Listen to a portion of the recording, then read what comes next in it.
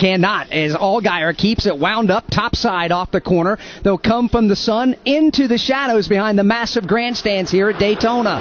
Allgaier has the lead. Now Austin Hill, he'll dive to the inside. Hill will challenge Allgaier for the top spot. Austin Hill had been Justin Allgaier's best friend until moments ago, but now he's his chief challenger for the lead. Austin Hill to the inside. Slide job up the banking across the nose of Allgaier. He takes the lead off two. Made it look easy for Austin Hill, who now goes to the point. Trouble back straightaway. Brandon Jones, the first car to get out of shape. The couple of other cars go spinning to the infield, along with Carson Quapple.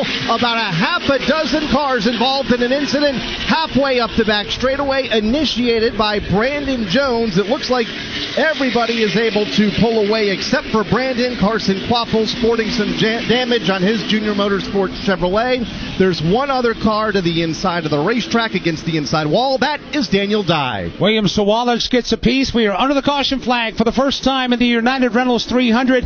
It happens at lap number 5. Kyle Rickey, things were going so well until they weren't in front of you a half a lap ago. And it doesn't take long for it to go so bad, as we saw just a moment ago.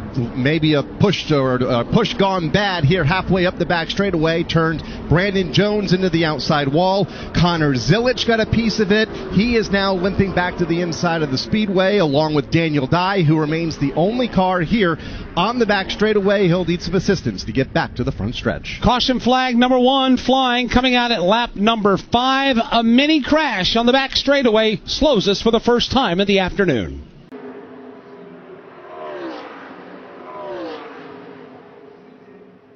Back at Daytona International Speedway, under caution flag number 1 for a problem on the back straightaway that affected several cars. Some of those cars made it back to the pit lane. We'll start with Steve Post. Brendan Poole, he still sits on pit lane. They're working up under the hood and on the right front of that automobile. A lot of damage on that car. Harrison Burton was down as well, and they had some right side damage on his Ford Mustang, but they've sent him back out on the racetrack, and he's kind of assessing to see if there's any suspension issues with Harrison Burton as well. So Harrison Burton and Brendan Poole, the two on this end.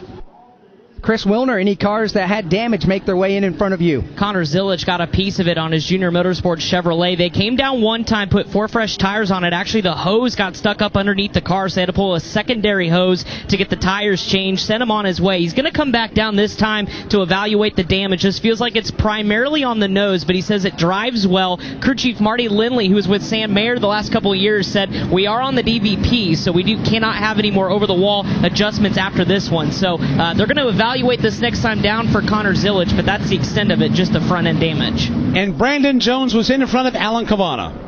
Brandon Jones was able to drive the car back to the pit, but there's just way too much damage. The front, the nose completely crunched in, so he's already out of the car, and they've towed it away from pit road. Connor Zilic, Carson Quapple, the other Junior Motorsports car, the number 1, took a lot of damage.